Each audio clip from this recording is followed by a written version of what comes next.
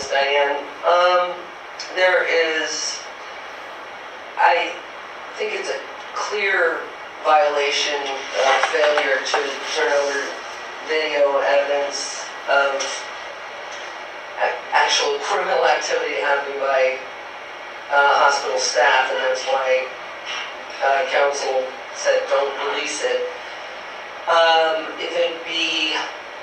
If they were able to even turn over the 5 minutes or 3 minutes that all this took place at, to the best of Mr. Garza's recollection, there was nobody else there during that time. That was never specifically posed to DPH. She's seen the video. It'd be interesting to do a little questioning about what she saw. How many other patients did she see there while Mr. Garza was present? Also, there was no whatever the federal emergency trauma log. That was not turned over.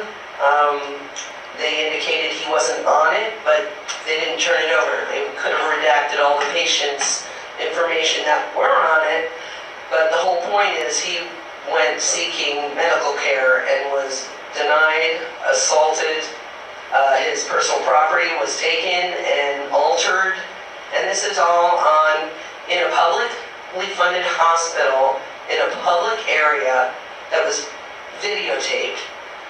So for them not to release that, it's going to be quite the challenge. But maybe a request for that 2 or 3 minutes that all this took place, or a quick question about how many patients were there during this altercation or during this time frame, and also to establish that he was there but seeking medical emergency treatment but was not recorded on the federally mandated log. These are important facts. It's too easy for them to throw HIPAA out there with no specific citation. What part of HIPAA law prevents you from releasing this video with other patients in a public lobby with no identifying factors other than face? I mean, really, patients don't get name badges and interviewed on these security cameras. So the HIPAA rule, I did medical research, I did grants and finance for medical research and worked with many clinical trials, and throwing it out there and being uncomfortable is how they want you to feel, so that anybody can deny an injured person seeking medical treatment and to protect the company. Great, thank you. Mr. Garza, I have a quick one yes or no question. If you could please answer it with a yes or no. The previous public speaker mentioned that there's a log that you have not received and have requested. Is her summary of that accurate? That you are missing a log?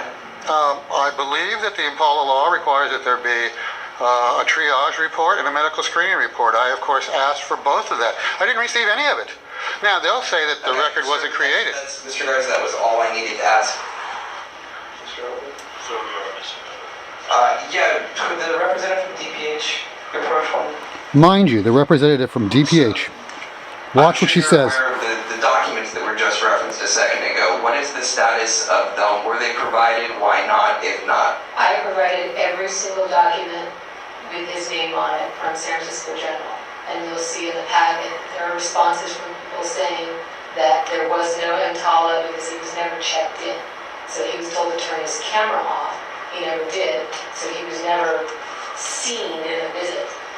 So he never got as far as providing his information. Like, I'm assuming that when you go to the hospital, they take your information down and then they call you.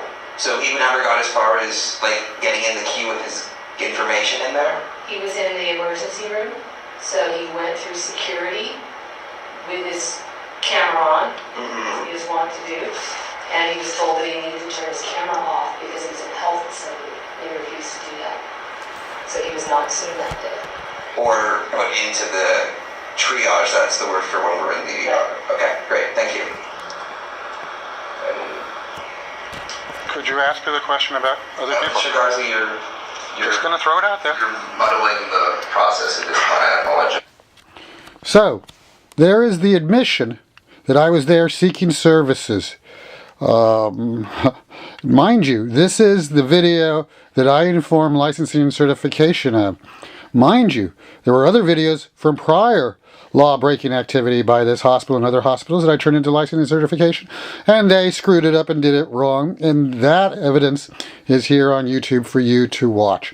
In addition, in the 2001 case, which I won, they of course got wrong also, and when I tried to follow up, well, you know the games.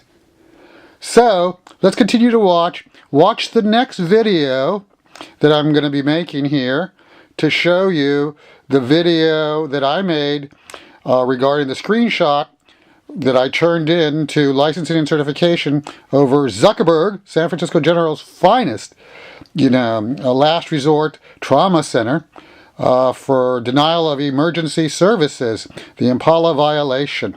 You will see the screenshot. You will see where I tell them about the video, and you will note there was never a call, never any follow-up, and in addition, FYI, somebody or something from licensing certification contacted YouTube to have my videos removed. Amazing when you're rigged like the VA, and when your policies and when your procedures are unaccountable and incorrect. Instead of correcting or going forward, you simply use every tactic to evade, to not claim responsibility, and to cover it up.